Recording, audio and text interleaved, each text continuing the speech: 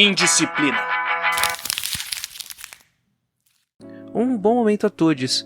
Me chamo Pontes e você está no Indisciplina, a ferramenta de comunicação semanal do Cursinho Livre da Norte, em que falamos sobre pedagogia libertária e educação popular, aqui pela Rádio Comunitária Cantareira, a 87,5 FM da Brasilândia. Estamos no ar todas as sextas das 16 às 17 horas, com reprise aos domingos das 22 às 23. Assim como nossos episódios também ficam disponíveis no Spotify e outros agregadores de podcast, em que você só precisa procurar por Indisciplina, além de também ficar disponível no canal do Cursinho Livre da Norte no YouTube. Na edição de hoje, vamos dar continuidade no nosso boletim Indisciplina. Se essa é a sua primeira vez aqui no programa, vale ressaltar que uma vez por mês montamos um episódio retomando as principais notícias das últimas semanas dentro do cenário da educação brasileira. Ainda estamos procurando um formato ideal. Hoje vamos ter 3 diferentes blocos. O primeiro, em que apresentaremos os principais acontecimentos na esfera da educação básica. Um segundo, onde focaremos nos acontecimentos dentro da educação superior. E um terceiro, em que vamos falar sobre o Enem 2021 e as últimas polêmicas do INEP. As notícias aqui citadas foram veiculadas entre o dia 23 de abril e o dia 24 de março. Todas elas estão listadas no corpo desse episódio nos agregadores de podcast e na descrição do vídeo no YouTube do Cursinho Livre da Norte. Com isso informado, vamos para o primeiro tópico de hoje. Notícias da educação básica. Como comentamos na edição passada, estamos passando por um processo de agravamento da crise na educação pública brasileira. É sempre bom reforçar que o governo Bolsonaro e a pandemia agravaram essa crise, mas ela não começou de 2018 para cá. Já enfrentamos esses agravamentos dos governos anteriores, como a Emenda Constitucional número 95 de 2016, que colocou um teto de gastos na área da educação e saúde até o ano de 2036. A soma desses agravantes nos trazem a situação atual em que encontramos nossos alunos. Nesse último mês, alguns levantamentos sobre a situação dessas crianças e adolescentes foram divulgados, o que nos dá uma ideia da crise que enfrentamos. No dia 27 de abril, a Secretaria da Educação de São Paulo divulgou um estudo que avaliou os impactos da pandemia em alunos aqui do estado. Foram analisados cerca de 21 mil estudantes divididos entre os 5º e 9º anos do ensino fundamental e do 3º do ensino médio. Eles compararam os índices de matemática e língua portuguesa do Sistema de Avaliação da Educação Básica, o SAEB, com os resultados de 2019. Dos 3, o mais afetado foi o 5º ano, que teve uma queda na aprendizagem de 19% em matemática e 13% em língua portuguesa. Levando em conta critérios que foram adotados, esse índice seria adequado para o final do 3º ano do ensino fundamental. Para resolver essa defasagem, seria necessário subir 46 pontos em matemática nesse grupo, que normalmente só consegue avançar 4 pontos em média ao ano, o que levaria 11 anos para recuperar a aprendizagem. O governo também comparou esses dados com o SARESP de 2019. Como resultado, viram que o nível de língua portuguesa desse grupo subiu um pouquinho, mas acabou tendo 16 pontos a menos em matemática. Além dessa diminuição no aprendizado geral, também encontramos um aprofundamento entre as desigualdades que já existiam no interior da escola. O GEREDES, Instituto da Mulher Negra, realizou uma pesquisa que mostrou as meninas negras como o grupo de estudantes com menor acesso ao ensino remoto no município de São Paulo. Aproximadamente 40% das meninas negras entrevistadas não tiveram acesso aos materiais didáticos no período da pandemia, enquanto todos os meninos brancos tiveram acesso. Esse estudo reforça a hipótese de que gênero e etnia influenciam na vida de estudantes durante a pandemia. Os principais motivos para isso seriam a sobrecarga de tarefas domésticas, o trabalho, a vulnerabilidade social, as desigualdades, a baixa autoestima, a violência, o racismo e o sexismo. Outro levantamento foi realizado pelo Unicef, analisando a condição do país como um todo em novembro de 2020. 1,5 milhão de crianças e adolescentes não frequentaram a escola, seja de forma remota ou presencial. 3,7 milhões não tiveram acesso a atividades escolares e não conseguiram estudar em casa, e 5,1 milhões tiveram acesso à educação. O Departamento de Ciência Política da USP e o Centro de Aprendizagem em Avaliação e Resultados da FGV, por sua vez, realizaram a avaliação da eficiência dos planos de educação remota de estados e capitais. Os resultados foram baseados nos planos estaduais entre março e outubro de 2020 e tiveram como nota média 2,38, em uma escala que ia de 0 a 10. Já os planos das capitais ficaram em uma média de 1,6. Entre outros problemas apontados por esse estudo, também tivemos a falta de supervisão na hora de verificar se alunos estavam de fato acompanhando as aulas, além da pouca entrega de aparelhos ou conexão de internet para que estudantes conseguissem acessar as aulas. No total, apenas 15% dos estados distribuíram dispositivos e menos de 10% deram subsídios ao acesso à internet.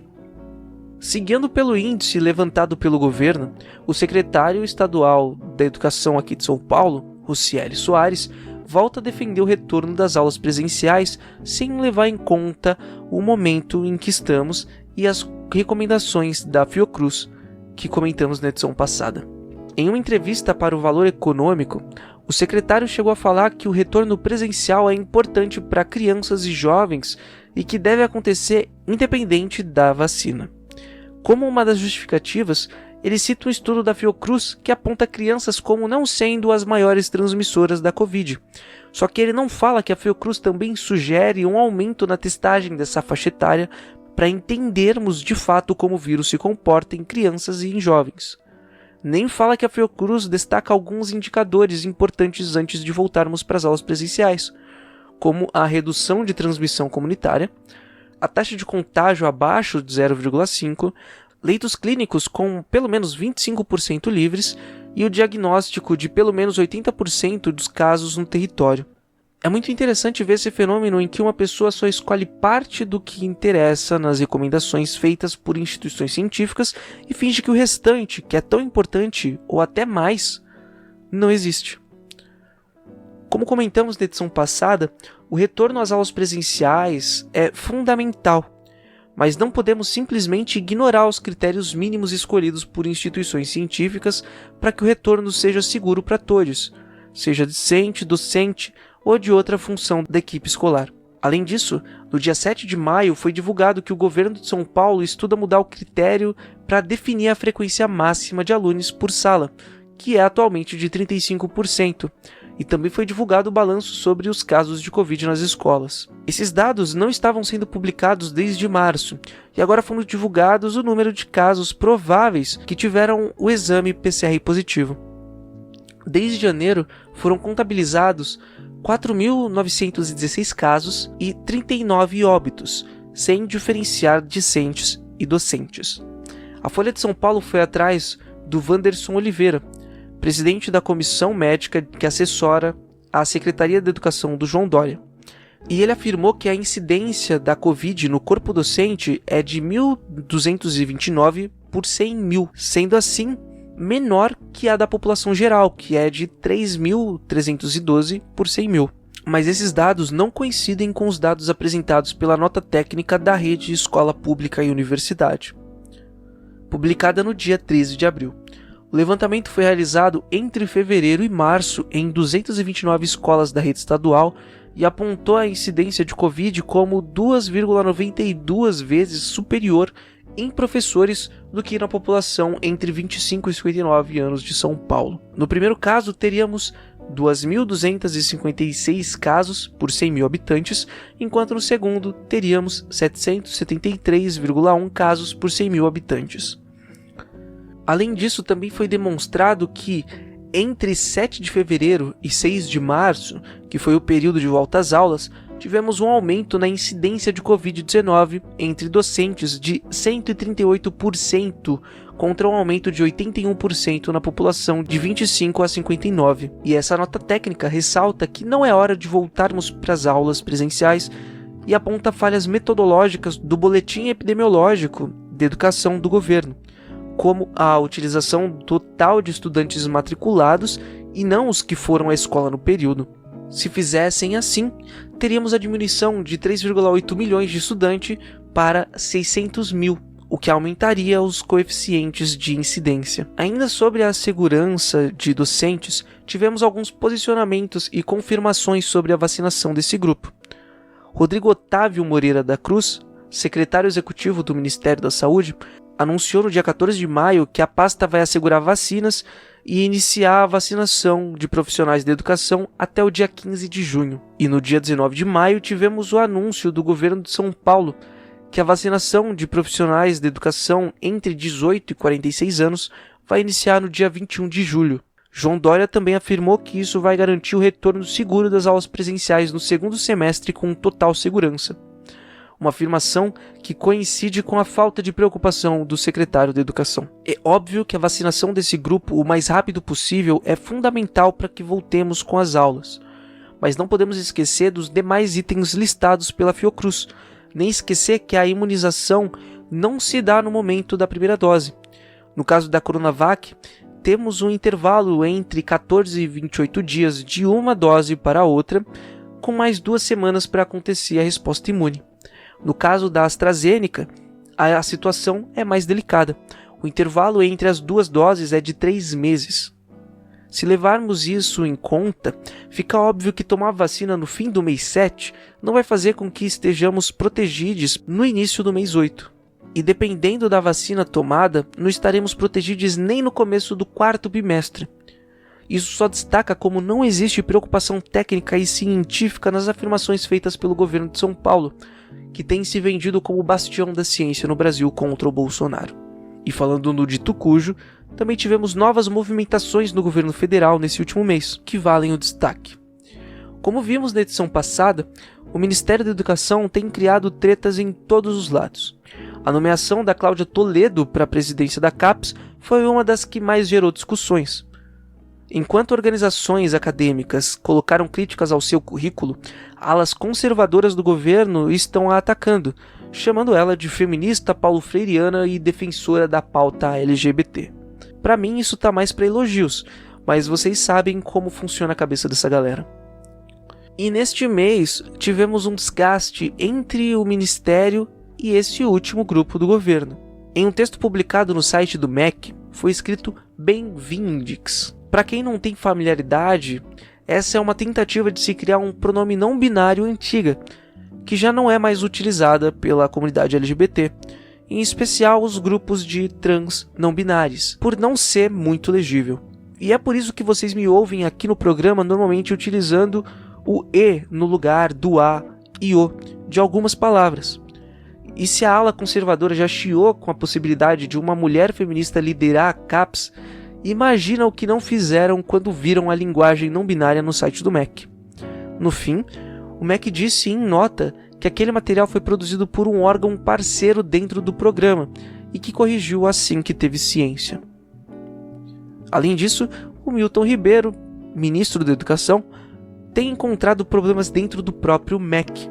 O secretário da Alfabetização, Carlos Nadalim, que é aluno do Olavo de Carvalho, tem se movimentado para desidratar a gestão do Ribeiro.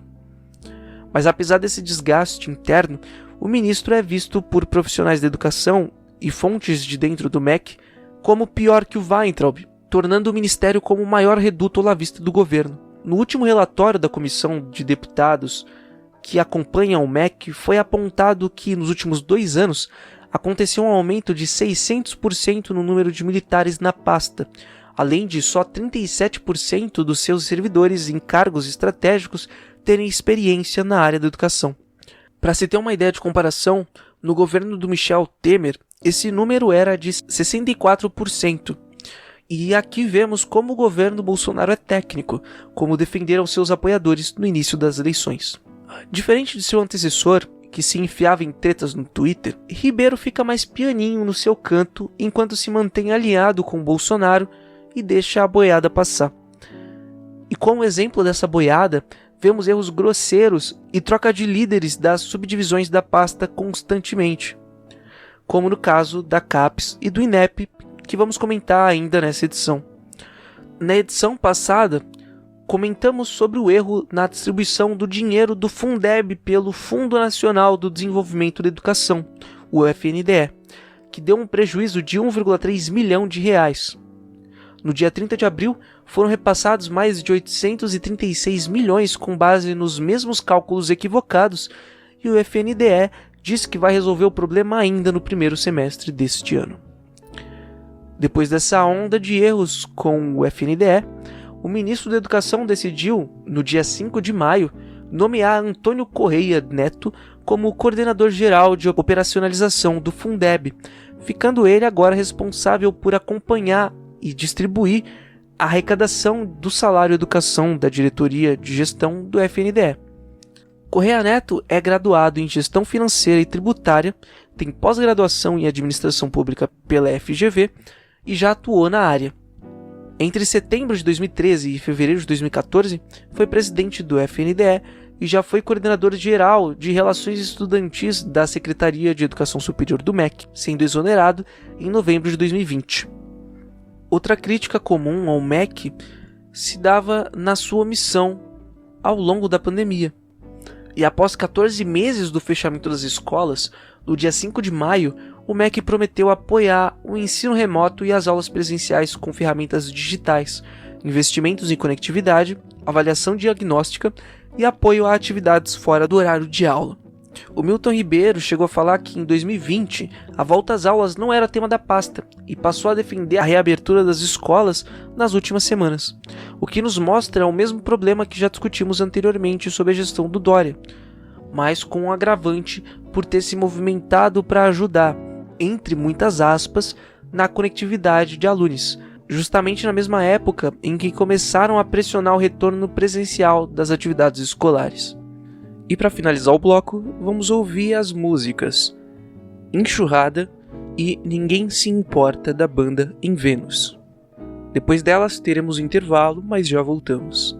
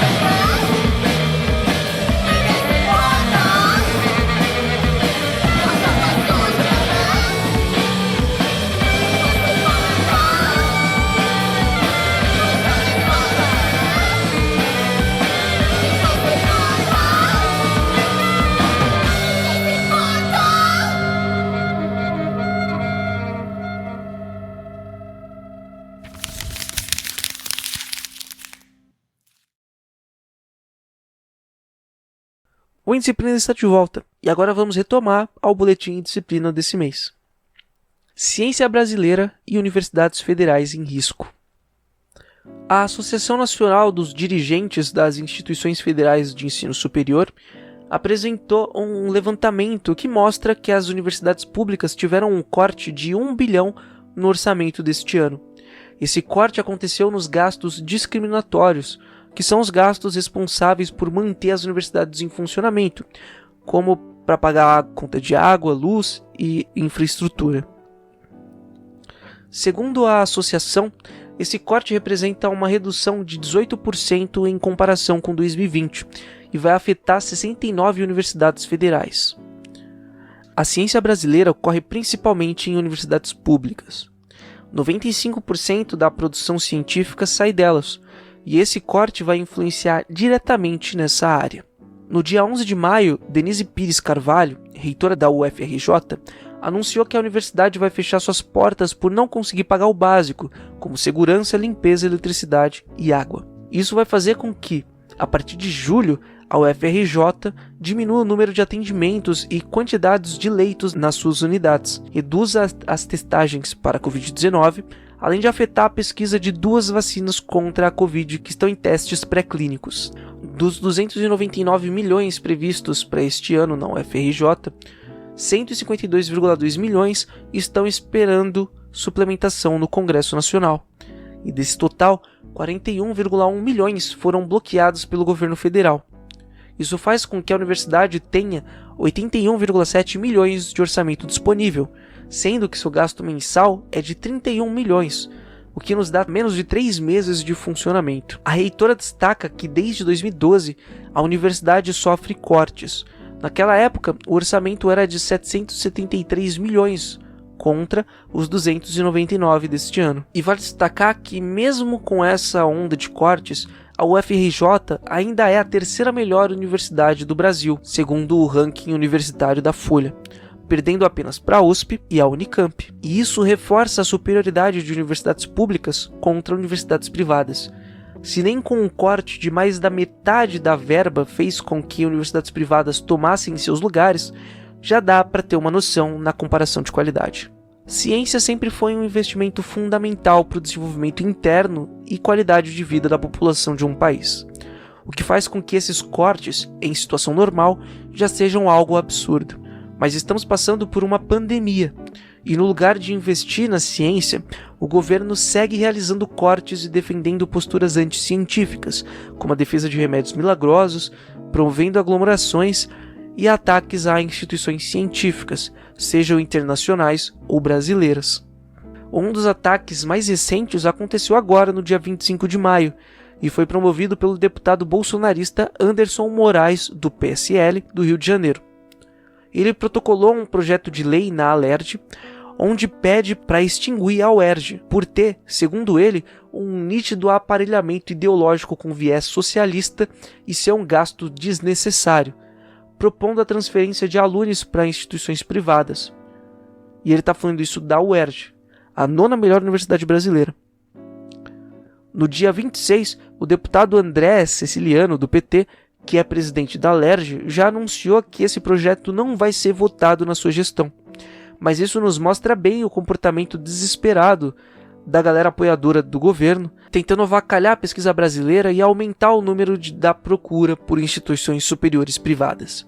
E esse ataque não para nos investimentos diretos à universidade, ele também tem se aprofundado nos investimentos do governo em bolsas de pesquisa. Em 13 de maio, o MEC enviou um documento ao ministro Paulo Guedes, responsável pela pasta da Economia, avisando que a verba de 2021 é insuficiente para pagar as bolsas de 92 mil cientistas, incluindo aqui as que pesquisam a Covid e médicos residentes. O documento também pede o desbloqueio de 2,7 bilhões e a suplementação de 2,6 bilhões para não deixar essas áreas na mão.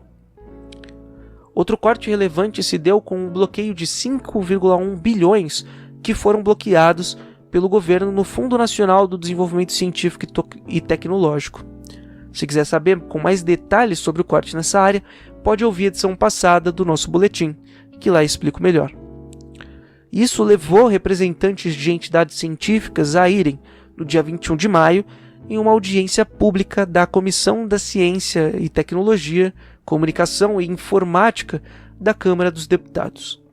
No fim dessa audiência, Glauber de Queiroz, assessor da Secretaria Especial de Fazenda, anunciou que Paulo Guedes encaminhou à Casa Civil um projeto de crédito de 1,8 bilhão para o fundo.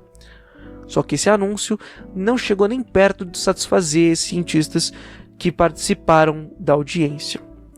E o Del Moreira, que é presidente da Sociedade Brasileira para o Progresso da Ciência, falou que esses recursos são provavelmente para crédito, sendo algo que deve ser reembolsado. Também afirmou que isso não passa de uma tentativa de atrasar a liberação dos recursos para que não sejam gastos.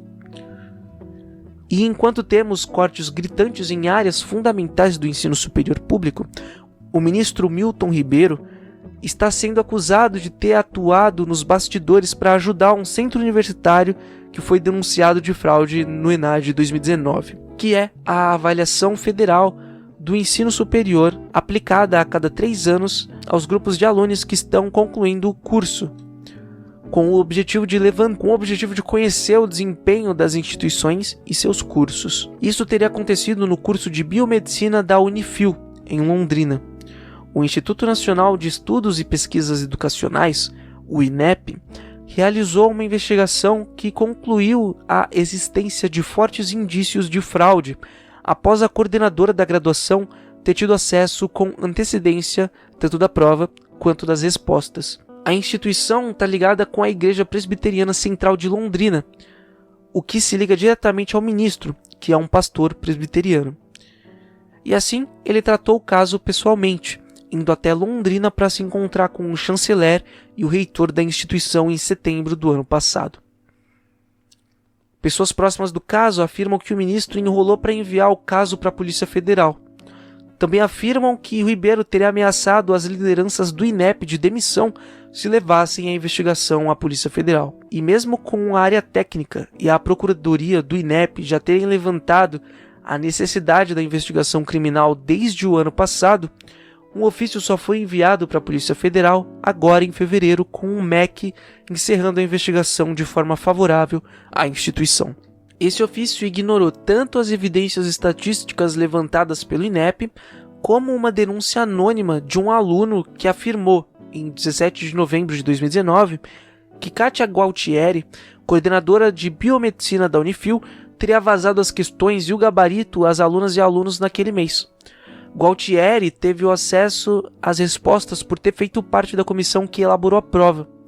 O curso recebeu a nota máxima e o INEP comparou o desempenho da Unifil com a média dos cursos de biomedicina do país e concluiu que era estatisticamente impossível que a Unifil conseguisse esse resultado.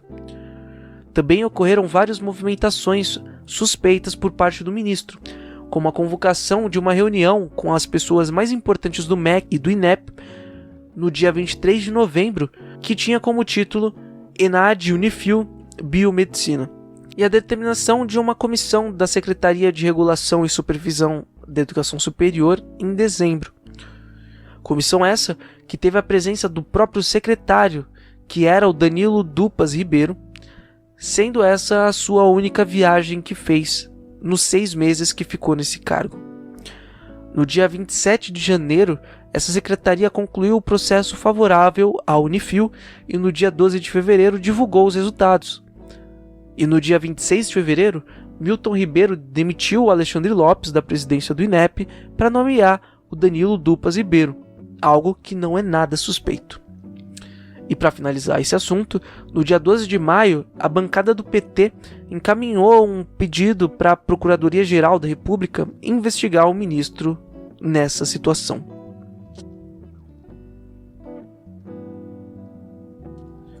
INEP e Enem 2021 em perigo. No dia 28 de abril, 7 ex-ministros da Educação assinaram um manifesto em que afirmam que o Instituto Nacional de Estudos e Pesquisas Educacionais Anísio Teixeira, mais conhecido como INEP, está em perigo. O INEP é responsável pela realização do Enem e de outros exames, como o IDEB, o SAEB e o ENAD. Segundo o documento, a autarquia do Instituto tem sido enfraquecida e isso coloca políticas públicas cruciais para as comunidades da educação em risco. Os ex-ministros apontam que o corpo técnico do INEP está sendo ignorado pela atual gestão, que o coloca por fora de discussões que fazem parte da sua competência. Outros pontos levantados foram a não realização do sistema de avaliação da educação básica e o fato de 5 pessoas diferentes já terem comandado o INEP nos últimos 2 anos, além da inexistência de critérios técnicos na escolha de diversos cargos de gestão. No mesmo dia da divulgação da carta, Sueli Macedo Silveira, coordenadora geral de avaliação dos cursos de graduação e instituição do ensino superior, foi exonerada, e 4 dos seus 5 subordinados diretos entregaram um pedido de afastamento. Silveira já estava na autarquia do INEP por mais de 10 anos, assumindo seu atual cargo em 2016. Tanto os servidores como a academia respeitavam seu trabalho, mas o INEP afirma que as mudanças feitas pelo presidente Danilo Dupas são feitas para reestruturar e otimizar a autarquia e melhorar a parte operacional. Quem assume seu lugar é a médica veterinária Helena Cristina Carneiro de Albuquerque. No boletim passado, comentamos sobre a nomeação da Cláudia Mansari de Toledo para a presidência da CAPES e as críticas feitas por instituições científicas sobre seu currículo sem experiência para o cargo. Hoje comentamos mais essa mudança. E como vimos no episódio de hoje, todas elas seguiam na ideia do Milton Ribeiro de se aproximar da visão do presidente da República, que é famoso por ter uma visão estritamente técnica, que desenvolveu ao aprender tudo sobre educação em seu curso de paraquedismo. Outro problema realizado pelo governo Bolsonaro nas últimas semanas se deu na censura de um estudo em uma publicação do INEP que apontava a melhoria de índices educacionais gerados pelo Pacto Nacional pela Alfabetização na Idade Certa, que era a bandeira do governo Dilma. O estudo já tinha sido aprovado pela área técnica e por um avaliador externo ao INEP e estava desde o dia 30 de abril liberado para publicação, o que não foi feito.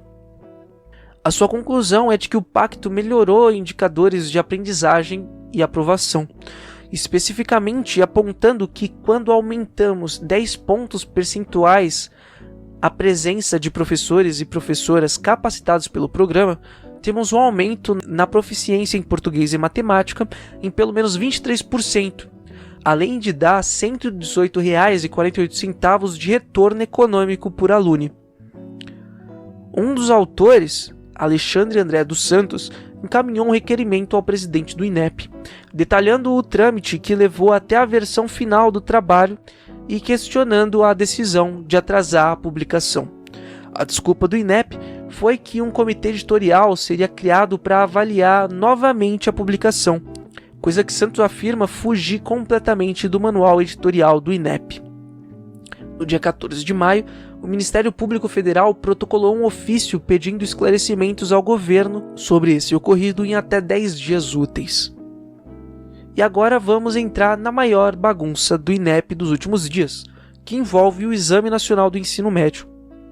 No dia 11 de maio, uma portaria foi publicada pelo INEP com suas metas deste ano, que não incluíam a aplicação do Enem 2021. No documento temos apenas sobre o planejamento e a preparação técnica do exame. Questionado pelo G1, o INEP afirmou que a prova seria realizada ainda este ano, sem apresentar datas. Já no dia 13 de maio, a Folha publicou uma matéria afirmando que obteve acesso a documentos que mostram que o INEP já tinha definido desde o dia 3 de maio que as provas seriam feitas nos dias 16 e 23 de janeiro de 2022. No mesmo dia, a assessoria de imprensa do INEP afirmou que o presidente ainda não tinha definido o adiamento. Na mesma matéria da Folha, o INEP afirma ter orçamento garantido para realizar o exame este ano, mas interlocutores destacaram que não existem definições sobre custos da aplicação em meio à pandemia. Só que aí chegamos no dia 14 de maio, no qual Milton Ribeiro acabou por admitir em um documento que foi enviado ao Paulo Guedes que o MEC não possuía verba suficiente para aplicar a prova para todas as pessoas participantes. O INEP precisaria de 794 milhões de reais para realizar o Enem, mas tem como orçamento total 1,183 bilhão, sendo necessário quase o dobro disso para atender todas as necessidades do Instituto. Ainda no dia 14, Milton Ribeiro afirmou que tudo indica que o Enem vai acontecer em outubro ou novembro deste ano, sendo definida de acordo com o andamento da pandemia. Pessoas familiarizadas com o processo do Enem afirmaram ao G1 que o prazo para organizar e realizar a prova é apertado, beirando ao impossível. Ressaltam também que essa correria pode prejudicar a qualidade e segurança. Assim como aconteceu com os outros casos aqui listados, o Enem também não ficou de fora de pedidos de investigação do Ministério Público Federal. 29 parlamentares se reuniram e enviaram ao Ministério Público Federal, no dia 19 de maio, reportagens que destacam os pontos aqui apresentados envolvendo a dificuldade da realização do exame este ano, em especial pelas questões de orçamento e aquelas envolvidas pela pandemia, destacando a falta de compromisso do governo federal na realização do exame. E assim terminamos a segunda edição do Boletim Indisciplina. Voltamos com mais notícias no mês que vem. Se você quiser conferir as fontes de estudo que citei, você pode encontrar na descrição desse episódio lá no Anchor, no Spotify ou pelo nosso feed. É só procurar Indisciplina nas principais plataformas de podcast que você encontra a gente. Assim como você também vai as encontrar na descrição desse episódio no canal do YouTube do Cursinho Livre da Norte. Qualquer dúvida ou sugestão podem nos enviar um e-mail para cursinholivredanorte@gmail.com. Se cuidem, nos encontramos novamente na sexta-feira que vem, das 16 às 17 horas. E se quiser ouvir esse programa de novo, podem nos procurar na plataforma de podcast. Ou ouvir a reprise, que vai ao ar domingo, das 22 às 23 horas, aqui na Rádio Comunitária Cantareira. E vamos finalizar o episódio de hoje ao som das músicas Ódio e Somos Todos Escravos de um Balde de Lixo, da banda Restos de Nada.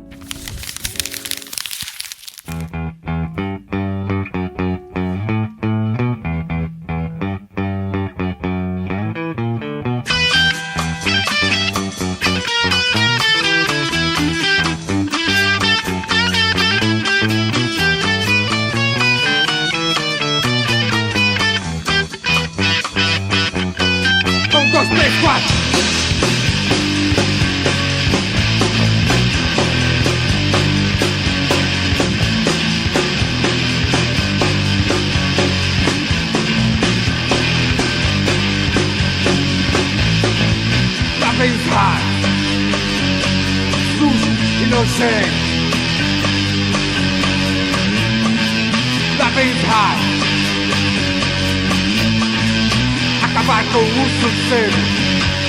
Yeah!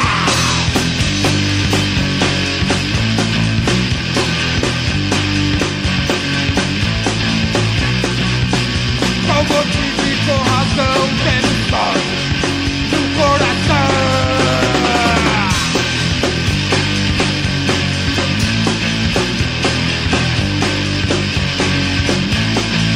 Pedimos a liberdade, mas não somos atendidos. A falta de verdade, precisamos ser ouvidos. Yeah!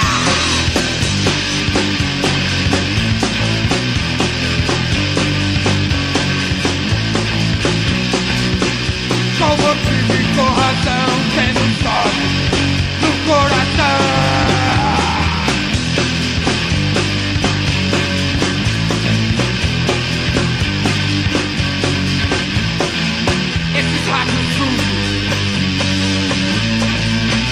Deixam sem força, mas temos que derrubá-los com martelos e foices. Yeah!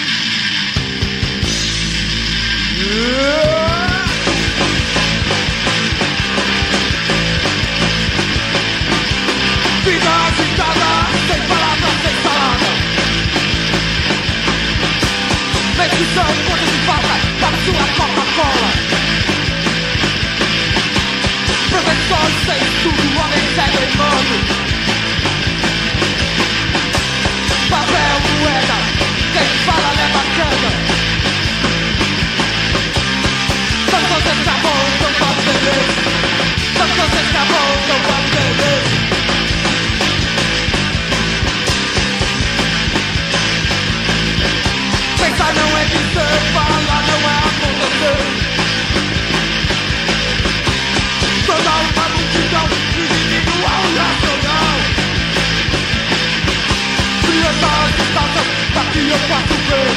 Mão no êxtase só, o querer. Tantos escravos não podem beber. Tantos escravos não podem beber.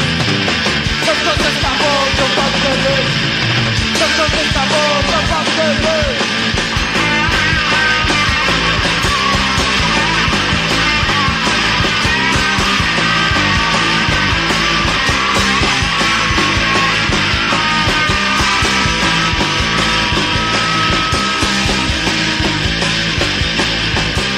Vida agitada, sem palavras, sem salada.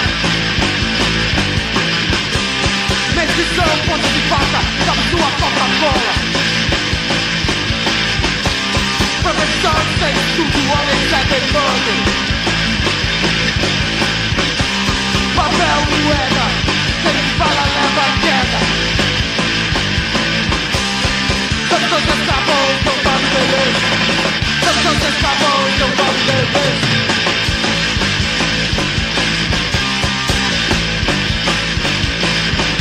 Pensar não é dizer, falar não é acontecer.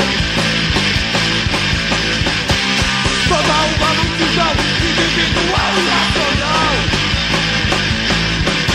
Crianças descalças, daqui não posso ver. Vão no êxtase só por querer. Tantos escravos não podem beber. Tantos escravos não podem beber. Tantos escravos não podem beber. Tantos escravos